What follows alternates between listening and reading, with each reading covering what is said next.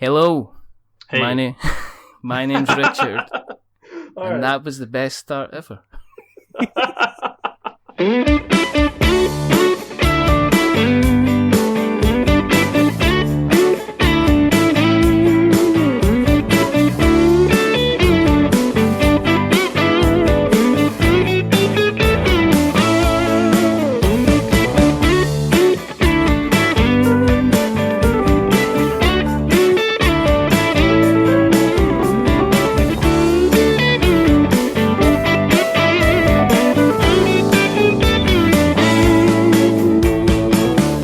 Hello, this is We're Not Wizards. My name is Richard. I shall be your host for this evening. Now, the title for tonight's show is quite simply, There's Nothing Greater Than Games. Now, I know why it's called that, and you will know why it's called that, because joining me tonight is Christopher Badell from Greater Than Games. So, good evening, Christopher. Good afternoon from my point of view. Good afternoon then, because it's what time is this? About 2:30 to 3 o'clock almost? Yeah, it's 2:15 here, so okay. It's yeah. Cool. But good evening to you. Yes, it's 8:15. It's like we're almost like we're talking across the other side of the world from each other. But amazing. How are you doing? Are you well, first of all? Very well. I've had the last couple of weeks for me have been extremely productive, and so I've been feeling better and better, which is good because there's a lot going on. Cool. Now, for people that haven't listened to the show before, the reason that we do this is because there's simply not enough podcasts out there about board games. And the second reason that we do this is because Christopher has been a busy man, and he gave us a quick shout out to say he'd like to come on and talk about how busy he's been. So tonight we get to judge how busy Christopher has been. So we're going to tot it up in a Twitter poll, and we'll have a yes or a no. Do you believe that Christopher has been busy or not? And we shall report back on those results next week. So there better be a lot of busyness, Christopher. That's all I'm saying. Well, we'll see what happens. We'll let the people decide. We'll put it to a vote, because that always works well. That always goes so well. Well, anyway, when we quickly steering it onwards and upwards, normally what we like to do when we have such a special guest as Christopher is we like to find out a little bit more about how he got into the hobby. So we like to have a little bit of a stare back at the past. We like to gaze at the navel of the present before we shoot off into the future and see what is out there. So, out of interest, I know Greater Than Games kind of came together in about, is this 6 years? 2011? It came together? We started in January of 2011. Okay. How did you get introduced to the hobby? Do you remember? Of course you remember. It probably wasn't that. I'm 93. It was a dark and stormy night in the early 80s. No. For me, when I was growing up, I didn't play any hobby, quote unquote, hobby board games until after college. When I was growing up, I played a lot of the random mass market board games that you see on the store shelves. Yeah. And I had a younger brother who was a couple years younger than me, and my good friend Adam, who was my age, also had a younger brother, a couple age younger than him. And so the four of us liked to play all sorts of games, but we had the intrinsic problem that the two elder brothers were just better at games than their younger siblings, because like if the two of us are 13 and they're 11, or 16 and 14, not until we got into our older teens were the younger siblings really able to compete with us, and so most games being competitive, that didn't really work for us. And I bet you made them aware of how rubbish they were every second of the day that you could, because I'm an older brother and I certainly remember doing everything within my power to make sure that I won a game, even at some point running off with a Monopoly card for a property card because my brother couldn't buy it, kind of thing. So that was the kind of cruelty I got up to. So where did that lead to? So you're playing these games with your younger brothers, and then well, the problem we ran into was that if we beat them too thoroughly, they never wanted to play with us, and we wanted to play these games. So I would rewrite a lot of the games that we played into having a co-op or a team element. I wrote a cooperative version of Risk when I was very young, that essentially created an AI and you had to work together and build up your armies to fight against these oncoming hordes coming from all the different shores. And so as a result, like we had something that all four of us could play the same game together, and nobody was working against each other. Instead, we are all important to each other in this game, and you leave the game, whether you won or lost, you leave the game feeling good about having played it with each other. So are you saying you invented Pandemic then? It's a pandemic sort of board because it was the world map, but it was kind of almost more of a Castle Panic sort of thing with the way it worked. But it was pretty trivial. I don't know. I've had a few people say that they'd love to see it, and it's like, it's the work of the game design stuff I have done over 20 years ago. Let's look at the stuff I'm doing now instead. Was that how you continued then? Did you look at other games and try and customize them, or did you move? Not at all, actually. I actually, not for a long time, because I did that, and then through like high school and college and things, I didn't really play games anymore. I kind of moved away from it. And after college, I started getting back into board games. And my friend Adam, who I mentioned in that story, he and I played a few games together, including a game called Arkham Horror. And we're like, yes, this is a lot. This is like what we wanted, but even more so. And the two of us got talking about how we'd love to have, because the thing that he and I were super into is comic books. And he was like, man, we would love to have a game that made you feel like you were playing a comic book, that everybody was a hero and they were all working together against a villain in an environment, and everything, like it had that sort of feeling, of that comic book action feeling. Because a lot of the superhero games that we'd found boiled down to we punch each other until somebody passes out, and then whoever's left is the winner, and that's not what a comic book's about. And there's other ones where you could play as a team of superheroes, but that's not what we wanted either. We wanted, like, you are a hero and I'm a hero, and we're working together and we are stronger because of the things we can do as a team. And so we just kind of made that game ourselves. So are you Marvel, or are you DC, or are you in the middle then? I am more Marvel than DC, and Adam is pretty squarely in the middle. Yeah. So was that the start of you putting together Sentinels of the Multiverse then? Yep, that is the backstory of Sentinels: The Multiverse, and so the company is myself, Adam, who is the artist who does all the art for Sentinels, and our friend Paul, who is our business guy. All right. Okay. So, excuse me. And how long did it take you to go from the idea to actually getting together the first kind of version of Sentinels that you were happy with? That was actually impressively fast. We had the idea, we had that discussion of like, man, I want to play a game that works like this in August of 2010.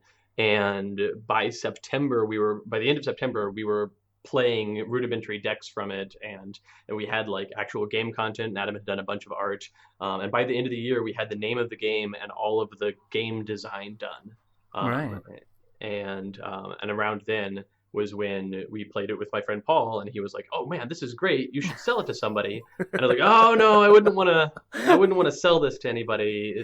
We put so much into it, and it's kind of, it's just for us. We don't need to sell it." It's like, well, what if you made a company and we made the game and like took it to Gen Con and stuff? And I was like, I don't know about that. And Paul lied to me and said, "Oh, it'd be really easy. Don't even worry about it." Do you ever bring that back up with Paul? You said this. Oh, absolutely. Absolutely. I tell him thank you for that lie all the time, because that allowed this to happen.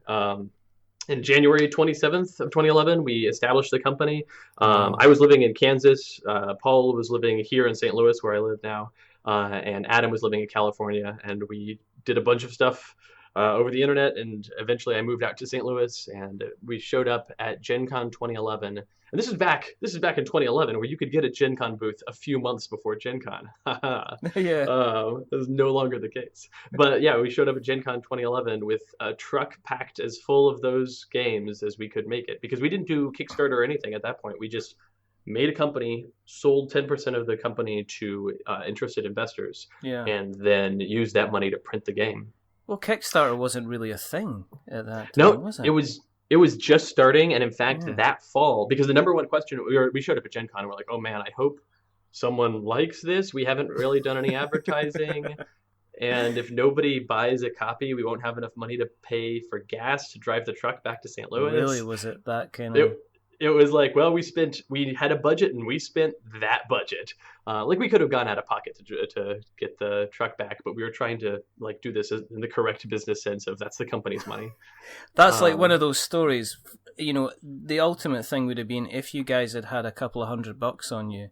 You know, if you had, now I've got a couple of $100, we're fine for petrol and, you know, gas and everything like that and food, then nothing would have happened. You wouldn't have sold a thing. It's like one of these kind of narrative things that you have to be down to your last cent. You have to have no money. There is going to be some kind of impending disaster to happen for somebody to then wash in and go, right, this sounds like a good narrative. Let's go with this. Let's let this thing kind of fly. How many, what was the kind of the reaction at the time when people were coming over and looking at the game? Did it surprise you? Were you quite protective, or you know, was it strange seeing actually somebody picking up something that you guys had created and kind of make a decision about buying it?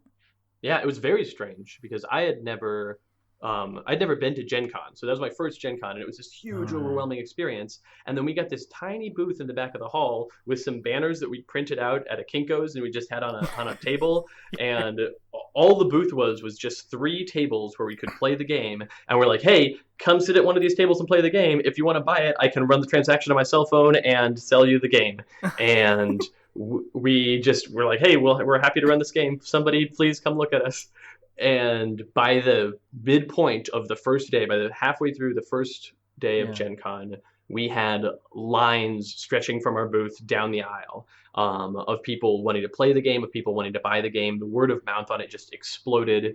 We had people coming into our booth and saying, oh yeah, I heard about this in such and such panel that's going on. And I'm like, what panel? They're like, oh, there's some panel going on about board games. And somebody mentioned that there's this game here. And I was like, okay, cool. I know nothing about what you're talking about. I'm just, and like, we had a bunch of reviewers came by and check us out. And I didn't know who any of these reviewers were because I was brand new to the industry. Yeah. And in the post Gen Con wrap up, Tom Vassell called us the #1 game of Gen Con 2011. And so then you're like going, Tom who?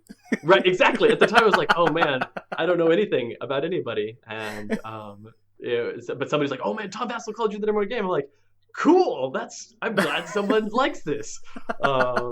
That's like amazing. I have no idea what you mean, but that sounds brilliant. Let's run with it. Right, yeah, no, like some guy named Tom. He sounds like a stand-up dude. And then we went a couple weeks later to PAX Prime in Seattle, Washington, and we were there for that. And the people that run it during their keynote speech at the beginning, before the show opened, during the setup time, we were setting up our booth, and the people that run it came by and they were talking to us and just like meeting us and seeing our game, and they're like, oh, that's really cool. And they went on, and we're like, oh, that's nice of them to come by and say hi. That's very friendly. During their keynote speech, somebody asked them, what things are you most excited about at this show? And one of them mentioned, oh, well, up on the 6th floor, the Sentinels, the Multiverse game, it came out of nowhere and it looks really cool. And so then we had this giant long line at our booth. I'm like, where are these people coming from? What's going on? I mean, did Paul eventually stop telling you, I told you so, I told you so, I told you so? Or does he bring it up at the meeting as well? You say, if it wasn't for the fact you told me a lie, and he says, well, I told you so. Exactly. Nope, that's pretty much how it goes. Like, Paul has the vision and definitely is correct about a lot of things. But Paul has also learned to just let me tell my stories and let it go, and people will get into it, because that's been going pretty well for us too. We just actually ourselves recently started doing a podcast, and in January of this year. It seems very recent, but it also seems like a long time. We started doing a weekly podcast just about the lore of Sentinels: The Multiverse, just the backstories of the characters and the in-depth view of the comics, not about the game itself, just the story behind the game. And we last month we just got our numbers from last month, and in April we had over 27,000 downloads of episodes, and we're like, I don't know what's happening. That's just absolutely ridiculously brilliant. That's a really, really good figure. That's the kind of figure that most of us normal people look at and go, one day we shall reach that number. One day. But I mean, it's just a 90-minute podcast about Adam and I like telling the lies that we tell about these characters. Because it's all this. Every so often somebody contacts us and they're like, okay, so you're talking about the stories of these comic book characters as if there's real comics. Where are the real comics? And we're like, no, we're just making everything up. Like, it's all just, you're listening to us live for 90 minutes and you're just into it. So just ad-libbing and riffing all the way through. Have you got to the point, now that the podcast has been live for a little bit, that you're getting people kind of coming back to you and saying, well, in episode number 15 you said that this bit was this, and in episode number 22 you alluded actually it was this instead? Because you gotta watch that. You're 100% correct. We definitely have an army of fact checkers. Everything that we say gets transcribed into a wiki, not by us, just by our listeners. Oh my goodness. And they will crucify us over anything that we get wrong.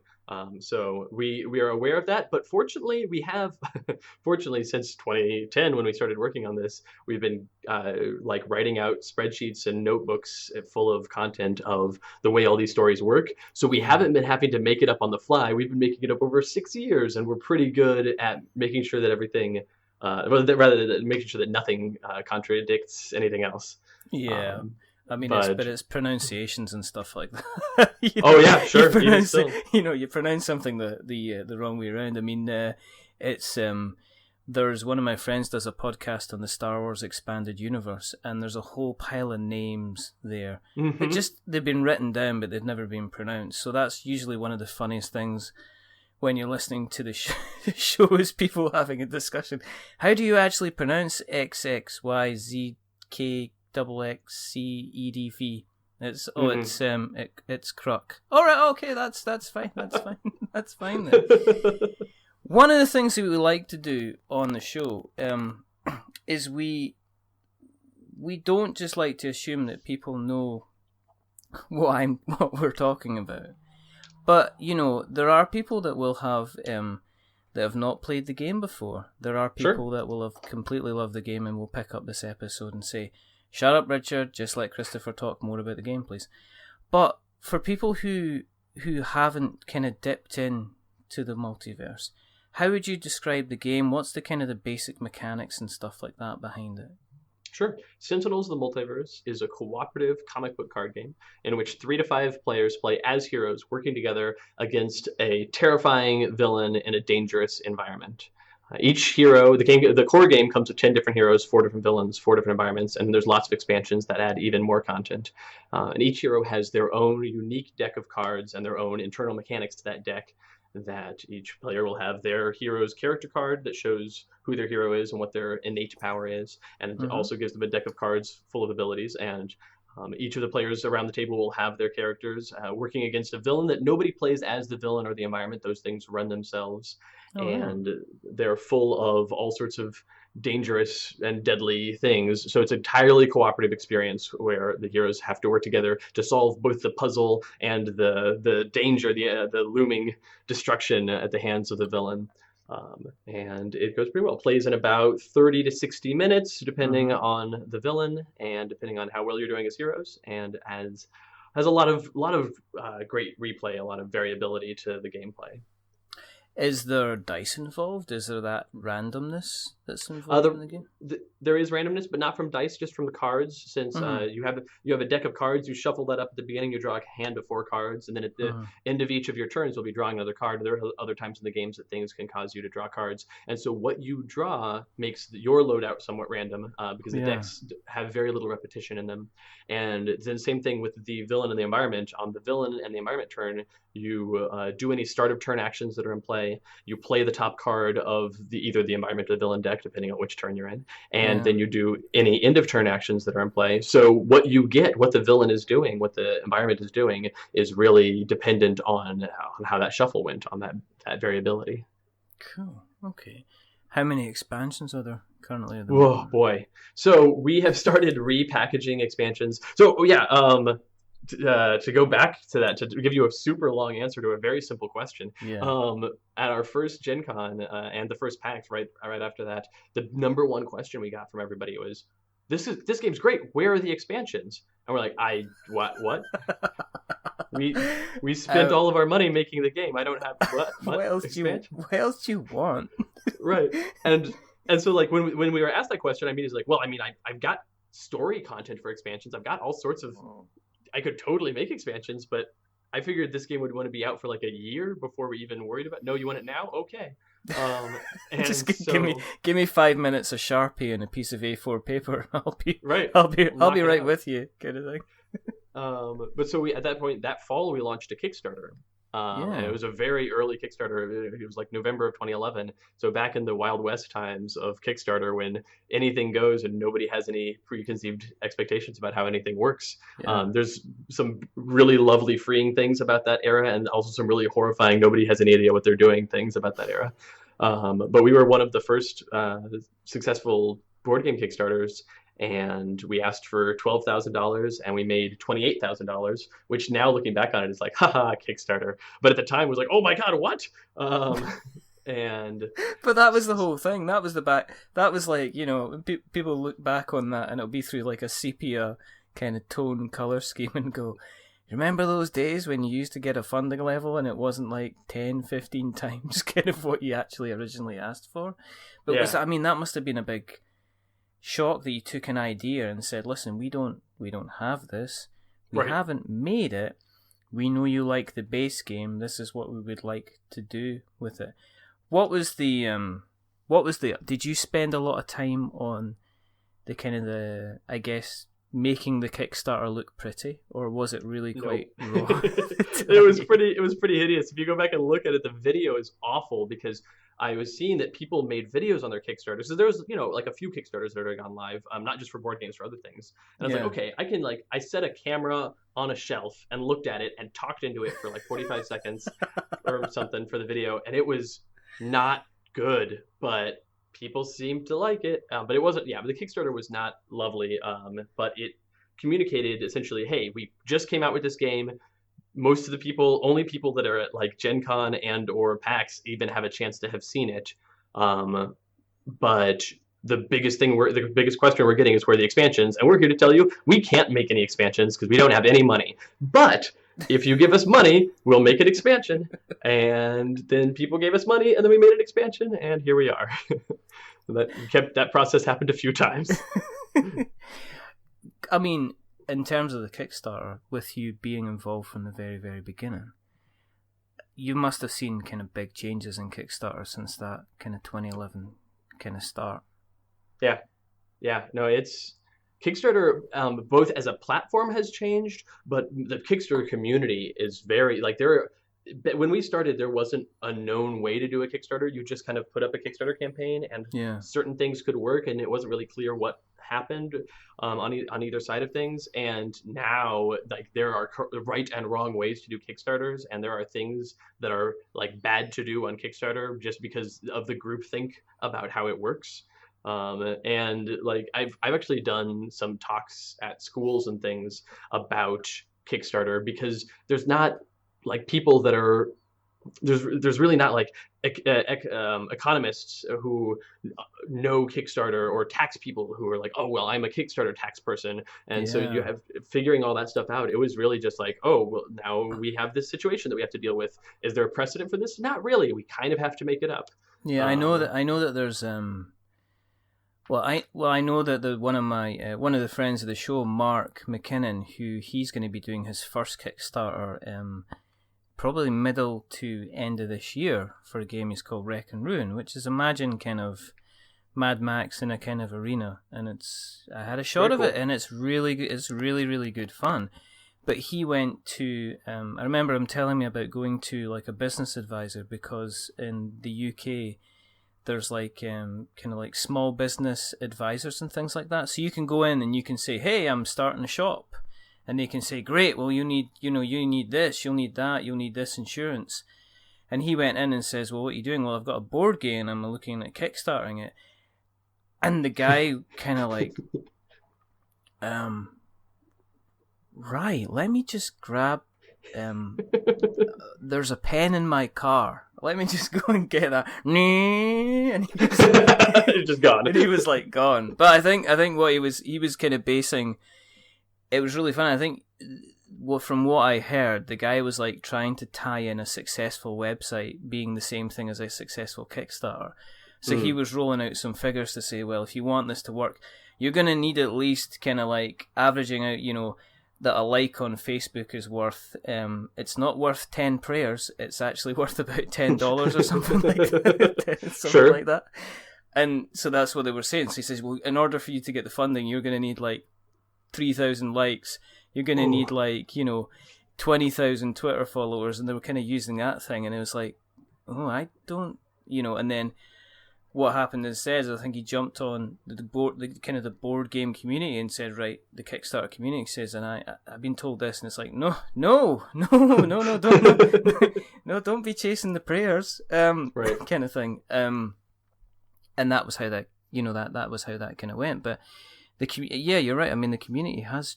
I think there's definitely. I kind of feel. I don't. It's not a case of feel. I can sometimes feel sorry for the smaller guys starting out on Kickstarter.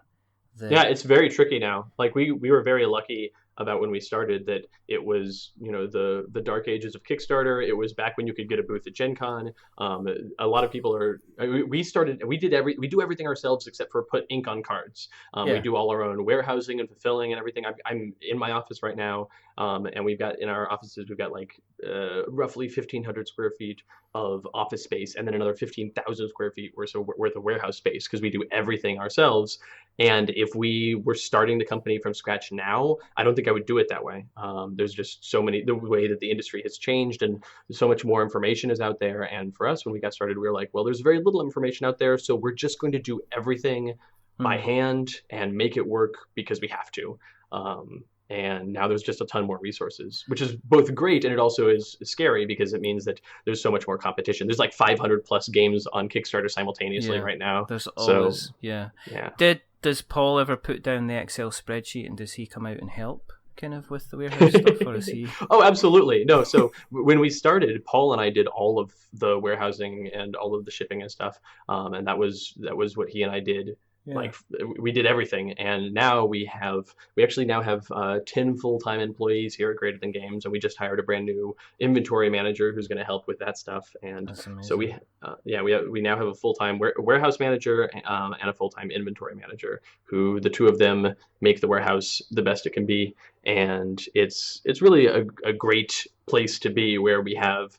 There's so many times whenever we're looking to hire a new person, we're like, okay, what's the thing that we can do that either takes work off of Christopher's plate or takes work off of Paul's plate? Like, those are the two plates that are just overflowing. And we're both here more often than we should be, but it's good.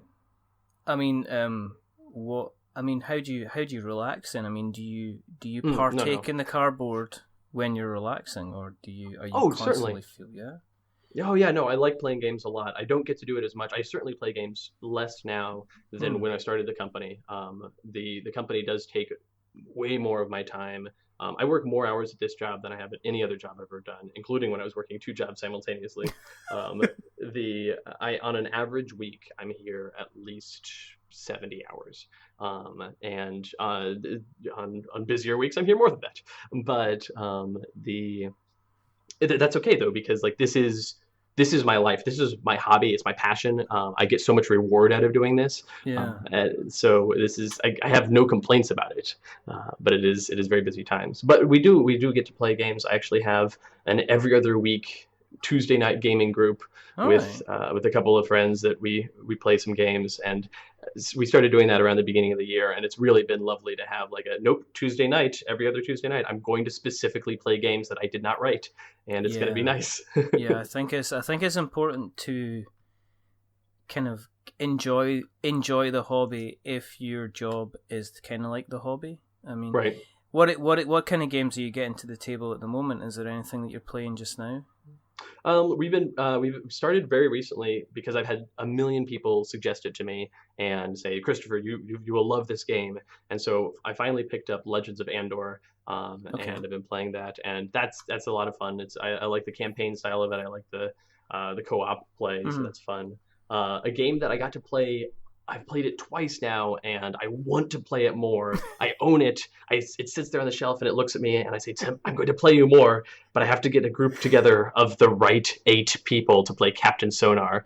It's delightful. I've heard amazing things about it. It's Captain so good. Sonar. I someday want to find. I want to find a group of 4 people who are willing to play a game of Captain Sonar against Paul and I. And probably Paul and Adam and I, and then my wife Rachel, like the 4 of us, it would like I'm not gonna say we're the best Captain Sonar players in the world because we've only played twice, but we have really good communication to the point that we were not allowed to be on the same team when we played. We had to split those up. One of my favorite playing games at Paul's house stories, we will do like once a month. Paul will do a big thing at his house, and we'll all go play games over there. And one of my favorite stories was I think we had a group of like 9 people, and somebody really wanted to play Codenames, and so he said, okay, the teams are Paul and my wife Rachel and I, the 3 of us, Paul and Christopher and Rachel, against everybody else on the other team, and it was not even remotely fair. Really? Paul and I are business partners because we get along very well and think the same. Yeah. And we did some, like, I think there was one round of Codenames in which I said Bird 6, and they got all 6 of them. I just fucking going, how'd you even do that? Right. How's that even connected? There was some inside baseball stuff happening there. That's just, we did the kind of the fingers underneath. I know how you Americans do your baseball. Do you know what I mean? It's like the secret code. He's going to do this, this, this, and this. You're not meant to do that. That's cheating. Oh no, I wouldn't. I would never cheat. I like playing games by the rules. I would never get found out. There you go. That's better. You know, I'm pretty good at just saying one word. You know, it's I guess Galaxy 17. There's like, that's good. There's only exactly. Ding ding ding ding ding. That's pretty good considering you only need to get like 8 cards or something. Right.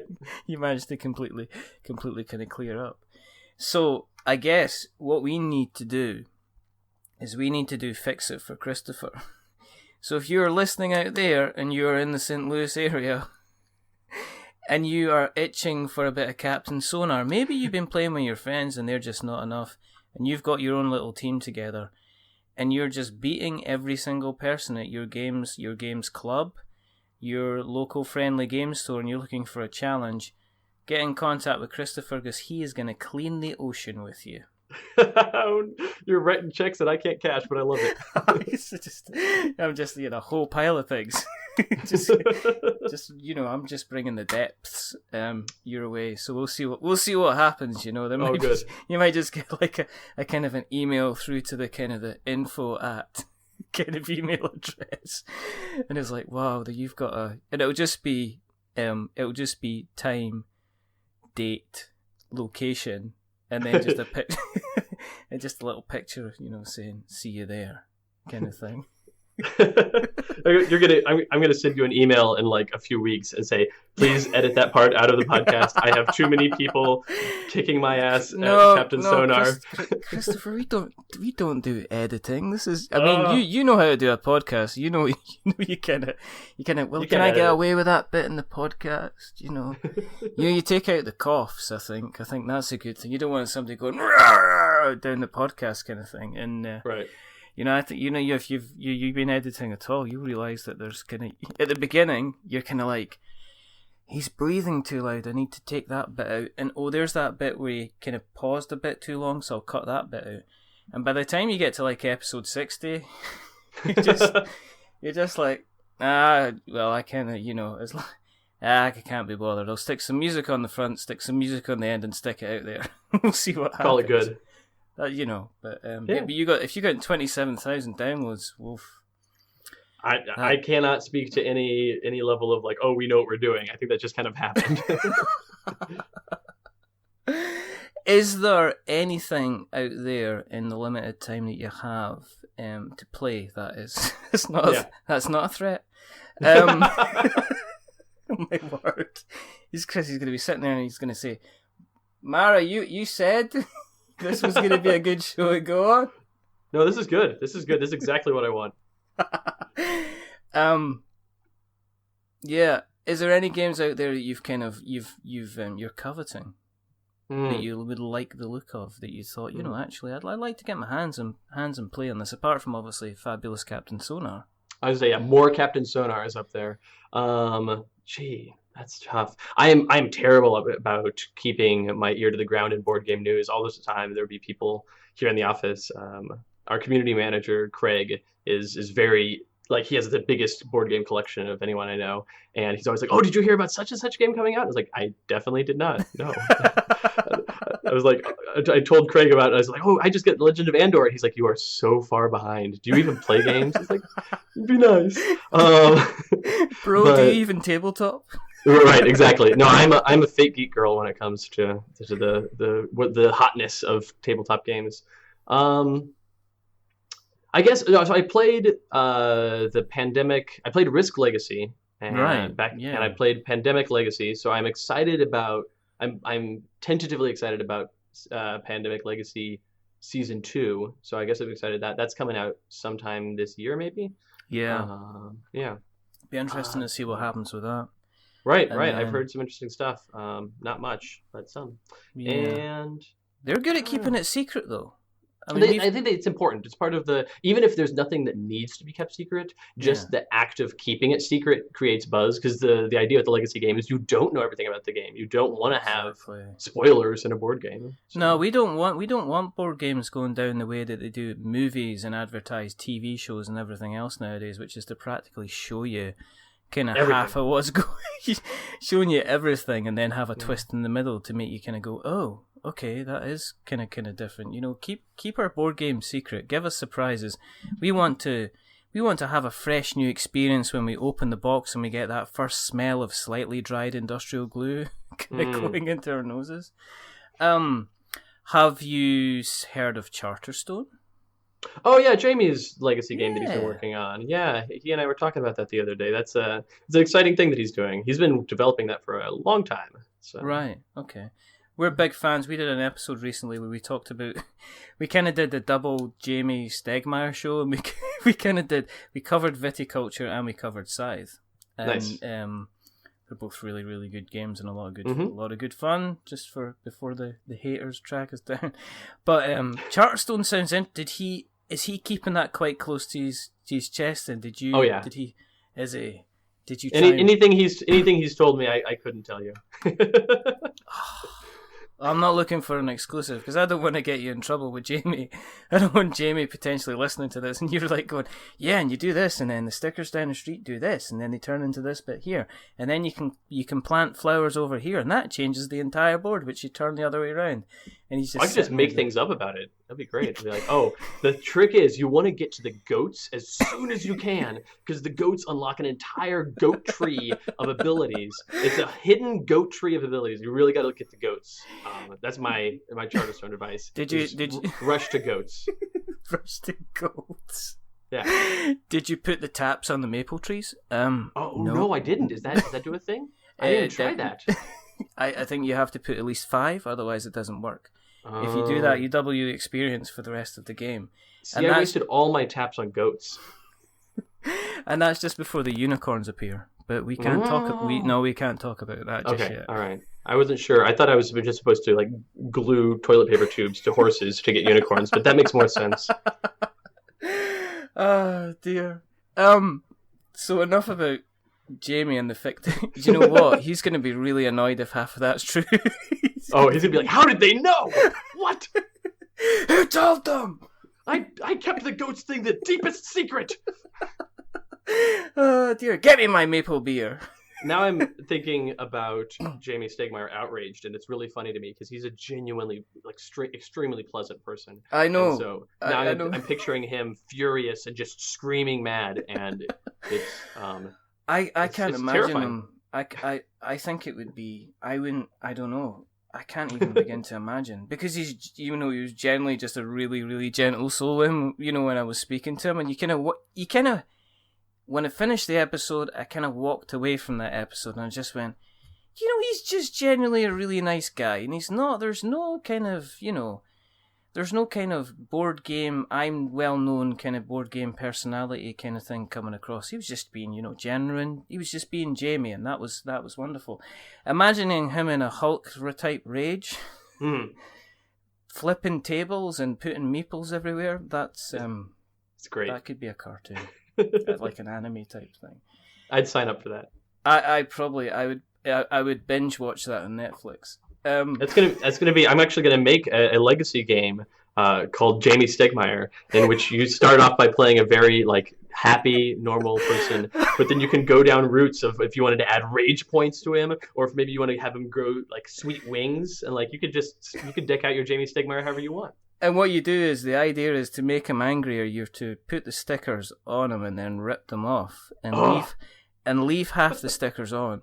Oh no. They're designed that once you put them on, you can't quite peel them off, and they leave that kind of half sticky, kind of half extra kind of glue thing that you always end up kind of touching the board and going, oh.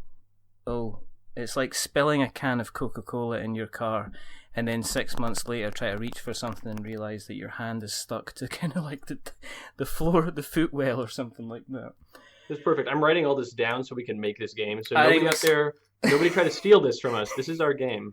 This is like me and Chris Clue in the Fruity Boot all over again. Oh jeez.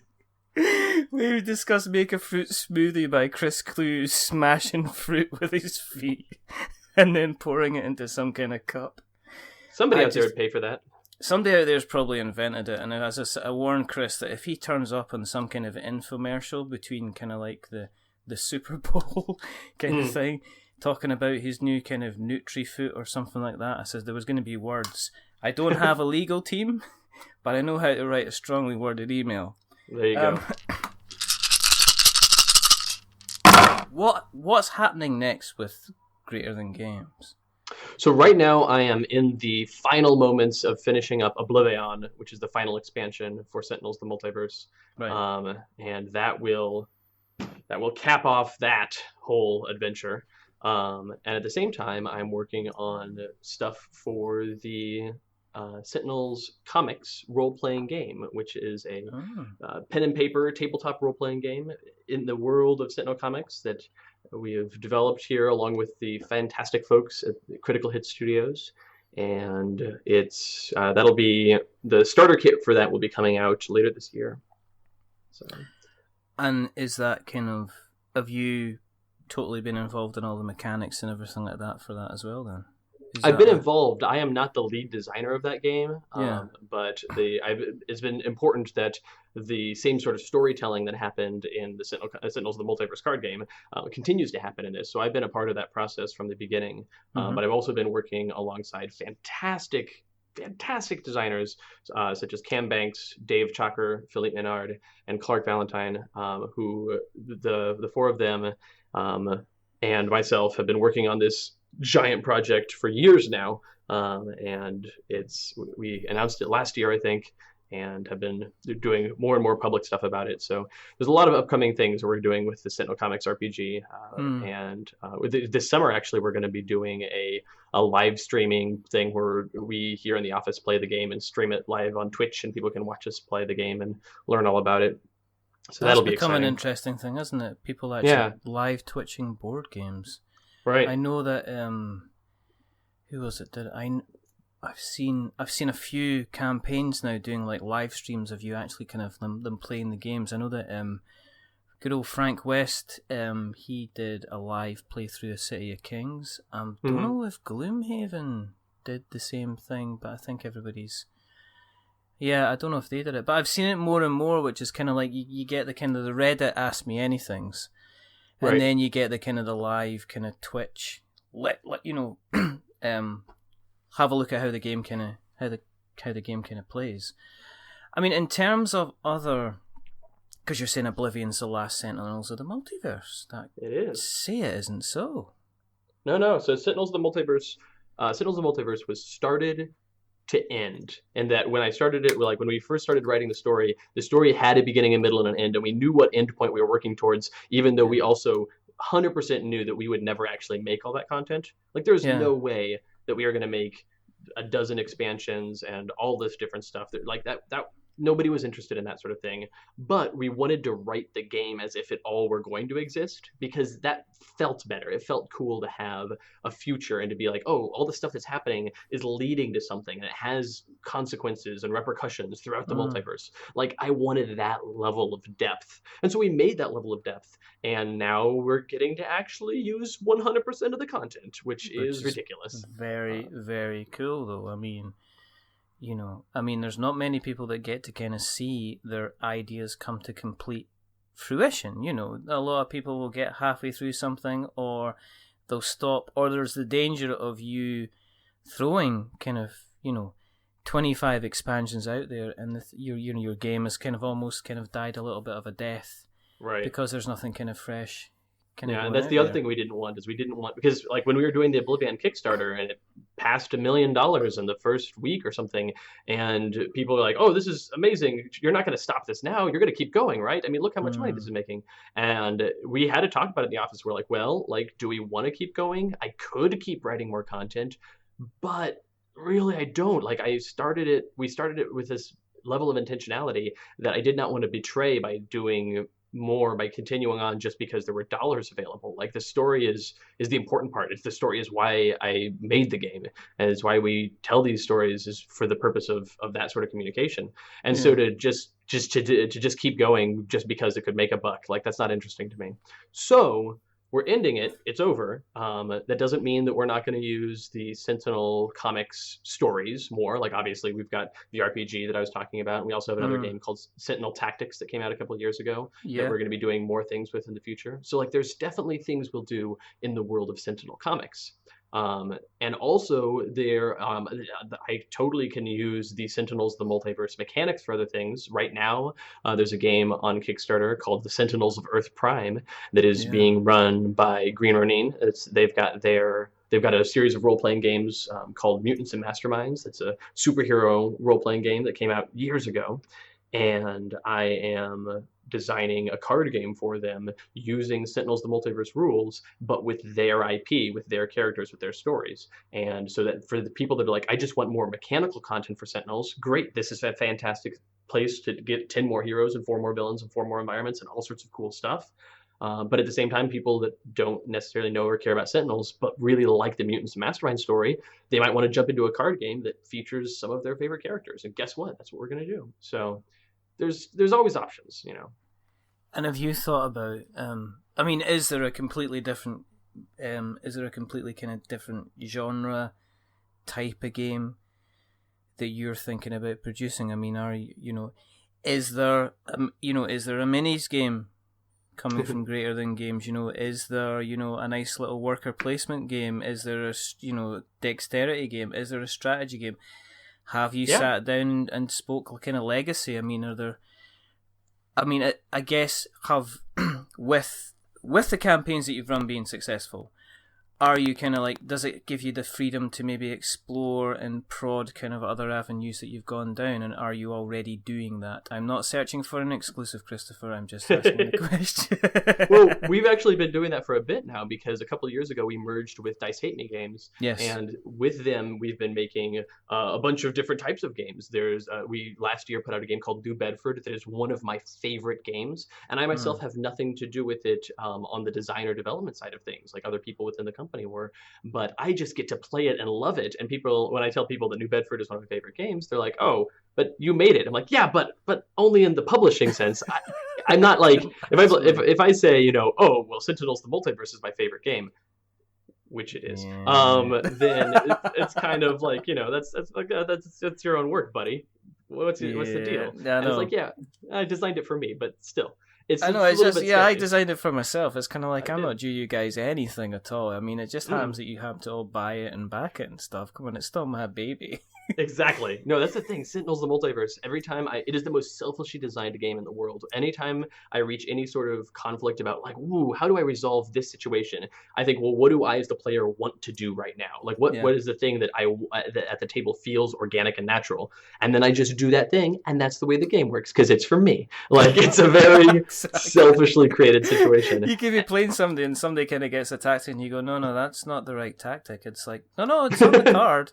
No, give me that card. Give me that. There's your card. You have just described how playtesting works with me at the table. Really? There's so many times where people are playing things, so somebody plays it like, and this does this. I'm like, hold on, and I take it and I write all over it and I give it back to them. I'm like, okay, try again. Really? They're like, this says something completely different. I'm like, yeah, it's something weird happened. Don't mind me. You're kind of like, I don't know, like a rules lawyer a bit. The rules lawyer that also the Judge Dredd. I'm the rules. I am the rules. I'm the rule Supreme Court. I just get to do whatever I want. I'm kind of like when I'm doing playtesting of my games, it's kind of a Willy Wonka situation where I get to have all my fun, but frequently it's at the expense of the people playing the games. So. Do you get to wear a top hat and have a cane? I did use a cane for a couple of years. I had a pretty notable knee injury, and I was cane bound for a couple of years at Gen Con, and people are like, "Oh, that fits with Christopher and his personality." I'm like, well, I mean, sure. No, but I much rather prefer to have like a knee that kind of works properly. Right. Thanks very much if it's all the same kind of thing. People are like, "Oh, it's you've got a cool cane, man." I'm like, "Yeah, thanks. I love it." But yeah. But what about the top hat then? What was your excuse for wearing the top hat? Oh man, I used to have a top hat, but I don't really. I'm not a hat guy. I was just guessing. I was just throwing that. I was throwing that hook out there. I didn't realize it was gonna land. No, see, I'm a long hair person, and long hair and fine hats just don't go together so well. I think if you're wearing like a velour or velvet hat, you've got kind of static discharge going everywhere, and that can just end up being the kind of the messiest thing in the entire universe. But you have a very, very strong hair game going on. Oh, thank you. Well, if I wear a hat with any sort of real brim, like a cowboy hat or a fedora or something, I just look like Kid Rock. So I'm not. Hats aren't acceptable for me. You could go for like a plait, or you could plait it, or you could pigtail it, but you just let it flow. I just let it do its own thing. My hair and I, we're like roommates. We don't really like. It does its thing. I do my thing. We stay out of each other's way. Don't interact, and as long as you make sure the rent's paid at the end of the month, and everybody's kind of fine. Right. You got it.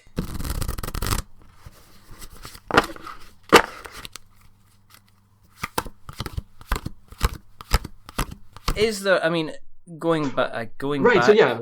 Is there another? I mean, is there another game that's that is completely different? You're not necessarily part of the company, but something that you're thinking, well, I would like to do this. Yes. There is. And you're in the middle of developing it, and you can't say anything at all, can you? Well, so I will tell you right now that I am currently simultaneously working on about 7 games.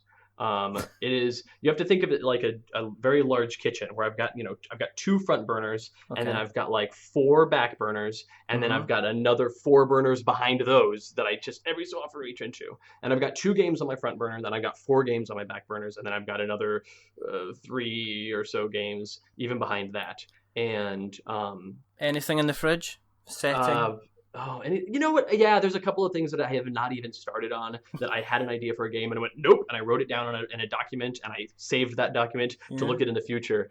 There's actually one game that is lurking in the back of my mind. And Paul and I were talking about this a couple of weeks ago. And he's like, well, you should take, after Oblivion's done, you should take like a week or so off just to recharge. And I was like, Paul, I don't think I can do that. Because if I take time off after taking like a few hours of not specifically thinking about anything I'm working on, this game is going to realize that I'm not guarded against it, and it's going to lunge and it's going to chomp its jaws into me, and I will be forced to create that game instantly. So it's that game I'm thinking about doing in the mid 2020s. So really, that's a plan and a half to have kind of that far into the future. You best kind of keep yourself kind of busy then. Right, but there are games like I have games that have nothing to do with comic books or superheroes or even cooperative gameplay that are coming down the track. And there's so many things that I'd like to do, and I really didn't think of myself as a game designer when we started this company because I hadn't really done game design. I thought of myself as a storyteller and as a writer. I am both of those things, and I have been those things professionally. But I wasn't really a game designer. And when the company started and my family was like, Christopher, what are you doing? You had like a career and now you kind of threw everything away and you're making games. Like, who cares about that? And I was like, yeah, okay. Exactly. Do you send them the link for the Kickstarter and go, hey, check out that? Exactly. What's that made up? Was there a lot? That's 6 zeros on there. Yes, it is. It sure is. Once we started having some Kickstarters, then my family saw those things. They're like, oh, there seems to be money in this industry. We're just going to let him do whatever he wants. But my younger brother was the one that reminded me about the games that I rewrote when we were kids, because I didn't even think about those really. Like I was like, oh, that's just what we did when we were kids. I'm sure that everybody plays by house rules. And he's like, we didn't play those by house rules. Like you wrote invented the entire villains and stuff. Yeah, and I was like, oh, okay, cool. Yeah, I guess I've got my roots further back than I thought. But do you take complicated ideas or do you take quite simple ideas? Because when I spoke to Andrew Burkett at Atheris Games. And he did Mutant Crops, but he was telling about games that was talking about socks. And he was telling games about like kind of falling asleep at work and trying to get as many kind of hours sleep at work as you can, while at the same time trying to be as productive as possible. It was like simple kind of fun games. When you're going through a creative process, is it difficult to kind of not be overcomplicated, kind of clear the mind, just be able to think of a simple idea? Or are you kind of like, when you go and think of an idea, are you already world building? Are you thinking about the environment around here? Are you thinking about kind of things, backstories, or how do you approach the kind of the creative manner that you do things? Yeah, mechanically, I can go any number of ways, and it really depends on what the story is as to how deep the mechanics will be. If it's a lightweight story, then it should have lightweight mechanics and fast gameplay. Or if it's a heavier, crunchier, more involved story, then it can have more involved mechanics. But with that, like anytime I make anything, the story almost always comes first. But I have proven my ability to disconnect from the story in a game that is a bad joke in a box. I a few years ago made a game called Deck Building, the deck building game, in which you build a deck on the back of your house, like a porch, using deck building mechanics. My goodness. So you've got to buy pine planks and cedar planks and mahogany planks and build this deck. And yeah, so it's the deck building game, and it's a little $10 game. The mechanics are extremely straightforward. It takes 3 minutes to teach and 5 to 10 minutes to play. And it's its own expansion. It's a 2-player game that if you have 2 copies, it plays up to 4 players, and if you have 3 copies, it plays up to 6 players. You sound so proud of that. But in that game, it has no story. There's no in-depth backstory to it. But it's a light, quick, like the game is about as long as the joke is. I can tell the joke and people get it. I'm like, great, now you can play the game, and it's that sort of lightweight, fast thing. Personally, I am much more drawn to heavy, deep, implacable games. I want a game that's an experience. I like epic games. So but when are you doing the kind of the RPG for the deck building game then? Is that coming out? Is there a comic? Is there a comic series? So no, we'll do an RPG for it, and it's a D8 based RPG, and depending on the number that you roll. Yeah. I would have thought if you went for anything else, I would probably be calling you out on that one. I'm afraid, Christopher, because that would just be ridiculous. Yeah, I don't want to be ridiculous. Not me. No, never.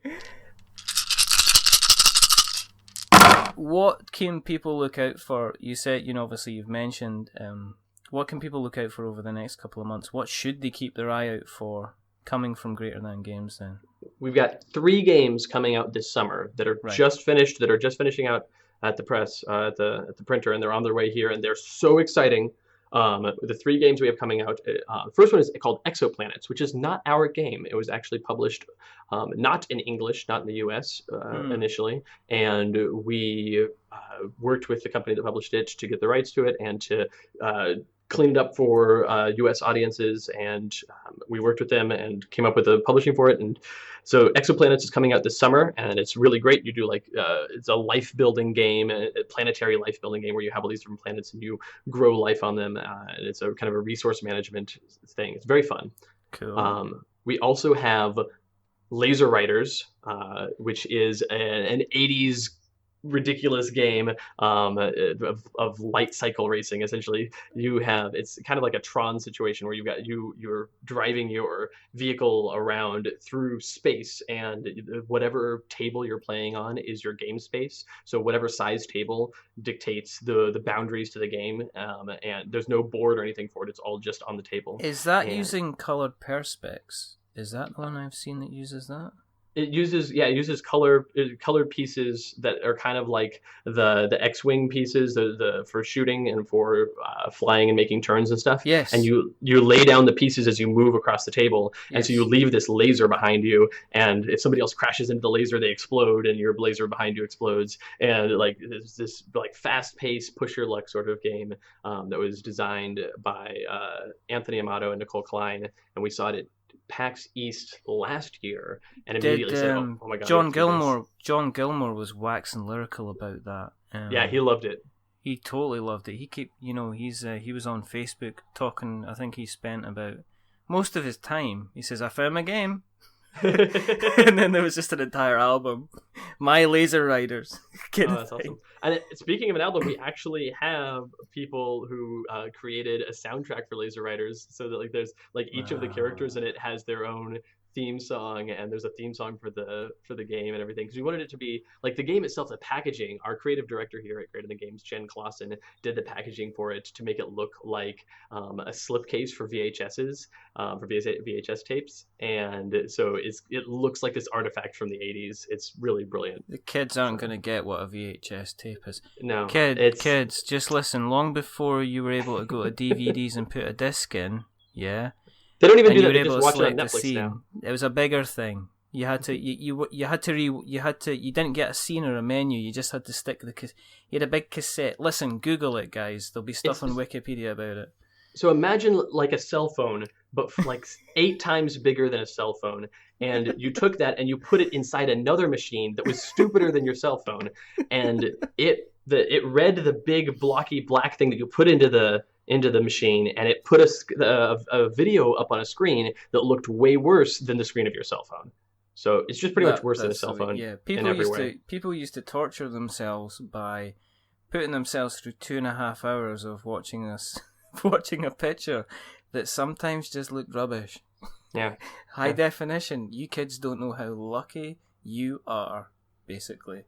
But that sounds amazing. So you put it in a VHS cassette thing. We'll probably put a link onto the Wikipedia to what so people can look at it. You'll go, what's that? Yeah. So it's in a VHS. Yeah, cool. Yeah, and it's really fun. There's the characters in it. When we picked it up, I was like, okay, guys, let's talk about backstories of characters, and they're like, oh boy, Christopher. But so they wrote up cool stories for each of their characters, and you can play as a laser shark or the phantom cosmonaut, and they all have different powers and abilities, and it's really fun. When's that coming out? That is coming out this summer. That'll be in our warehouse June or July. So That's when those are out. And then there's the third game of the three that I mentioned is a game called Spirit Island that we kickstarted ages ago. And it's a cooperative game, again, not by me, by Eric Royce. He's a fantastic designer. He did a game called Fealty a few years ago. And Spirit Island's a cooperative game of worker removal, worker displacement, where the game is playing sort of a worker placement game against you. It's moving into the center of the island, and the explorers are turning into towns, and towns are turning into cities, and it's taking over the island. But you and all the other players are all spirits who live on this land and are trying to drive away the invaders and drive them from their lands by destroying their structures and by scaring their people off the land. And so it's a fun kind of, it turns a lot of the 4X type games on their head. So. And are these going to be Kickstarters, or are they just going to be available to buy? Those were all games that were on Kickstarter in the past, but now they're all going to be available just for purchase sometime this summer, because the Kickstarters are done. So absolutely fantastic. We have never done a game that went just directly, that we didn't do enough copies to also like have a regular sale. We use Kickstarter to judge initial interest in a game and to get an initial investment in a game. But then we always print enough copies that we continue to have that game in stores and at conventions and on shelves and things like that, because that's what we're trying to be here. We're not trying to be like a company that just makes whatever game we can. We want to be a full-time game publisher, and we've been doing that pretty well so far. That's pretty cool. Where, if people are listening to this and they're saying, right, okay, this sounds fantastic, where can we find you? Where can we find you on the internet webs, Christopher? Sure. The interwebs. Yes. Yeah. Well, so the best place to find all the stuff I'm talking about is greaterthangames.com. There you go. And so that's where all our stuff is. The best place to find me is probably on Twitter. That's the easiest place to get a hold of me usually. And on Twitter, I am at GTGChristopher. And anywhere else? You got Facebook, I'm guessing, if you search Greater I don't. Than Games. You don't? Oh, so Greater Than Games has a Facebook account, and that's a great place to look for that. I myself am not on Facebook. I'm not going to ask. Yeah, I don't. People say, you can find me on Facebook, and I'm like, I don't I don't want to kind of start telling people to start friending people on Facebook. No, it's okay. It's like doing CrossFit or being really into yoga. If you don't have a Facebook, you have to talk about it. So like, let me tell you, I deleted my Facebook account, and that makes me a better person. I just deactivated it because I was sick of people with the ambiguous kind of status updates. Mm-hmm. I've had that at all. You know what I mean? Where they just go in and some people are just so full of chest of drawers and underwear, and you're just like, what does that mean? What are you talking about? And then it's like, okay, that's fine. No, but yeah, so, and that's missing the message. So Greater Than Games on Facebook. You can go onto Twitter, and it's GT Games LLC on Twitter. Hey, that's the one. Yeah. There you go. And you're on Twitter at GTG Christopher. We will, of course, be putting all of these fabulous bits of information in the show notes, so we have notes to show. Very good. Listen, this has been a lot of fun. I've had a lot of fun. I hope you've had a lot of fun. You'll be glad to get away. Because it was a good break from all the other stuff that I'm working on, and I am feeling revitalized and ready to get back into it. As Winston Churchill once said, a change is as good as a rest. There you go. If you want to keep an eye on what we're doing, and 65 episodes in, I still have no idea why so many of you do. I've really just no idea. You can follow us on We're Not Wizards at Twitter. You can find us on Facebook at We're Not Wizards. You can find us on Instagram at We're Not Wizards. You can find us on YouTube if you search We're Not Wizards Tabletop. What we generally do is we are getting to the point of having our episodes also on the YouTube. And I have no idea why that is. I don't know why that's good. That's apparently meant to be very, very good. Are you getting a lot of viewers on YouTube? Is that I'm like, that's the thing that people said, you should put your podcast on YouTube. I'm like, should I? I think it's worth it. I think there's some people that use it. I think it's another place of exposure. Sure. Which is kind of good because you obviously get to put your show notes out there and you get to put a nice picture out there, but I wouldn't put any videos of me out there. I don't think that people have done anything that bad to kind of deserve that. If you've liked what you heard tonight, then drop onto iTunes. You know, we love people that kind of drop us a little subscription or drop us a little like. If you're deciding to be extra fruity and want to leave us a review, remember, don't give us a 10 because that'll make our heads too big. But don't give us a 1 because that'll make us cry. Give us somewhere in the middle, like Isn't a 5. it a 5-star system? Yeah, you're ruining the joke. I'm the worst. You're doing so well. Yeah, you are the worst. You just, you know, as I said in the last episode, this is what happens. We have a really, really good episode, and then it all just gets ruined in the last 2 minutes. I'm here to help. You're here to help. I tell you. I hope there's a feedback form at the end of this because there'll be some stern words getting said about this. Right, I expect to receive a sternly worded email. I hear you're good at those. That's listen. It was that one time. Mm-hmm. You know, I was young and I needed the money. Sure. There's 2 things left to do. This is just turning into absolute chaos. And the first thing is to remember that we are many things, but we're not wizards. Are we wizards, Christopher? Not even slightly. That's absolutely fantastic. I'm going to take this back and give you excellent stars all the way through this report that I'm going to write about you. So there you go. You've done well, young man. You can hold your head out proud. And the second thing to do is to say goodbye. So it is a goodbye from the rather fantastically entertaining Christopher Badell. Goodbye. Say goodbye. And it's a goodbye from me. Remember, stay safe, roll 6s, defend your multiverse at all costs, and keep an eye on Greater Than Games because they're going to be turning out some really good stuff, especially Laser Riders, which I'm very, very interested about. But until next time, goodbye. Bye. I'm going to leave that in. I'm going to leave you in going bye. Beautiful.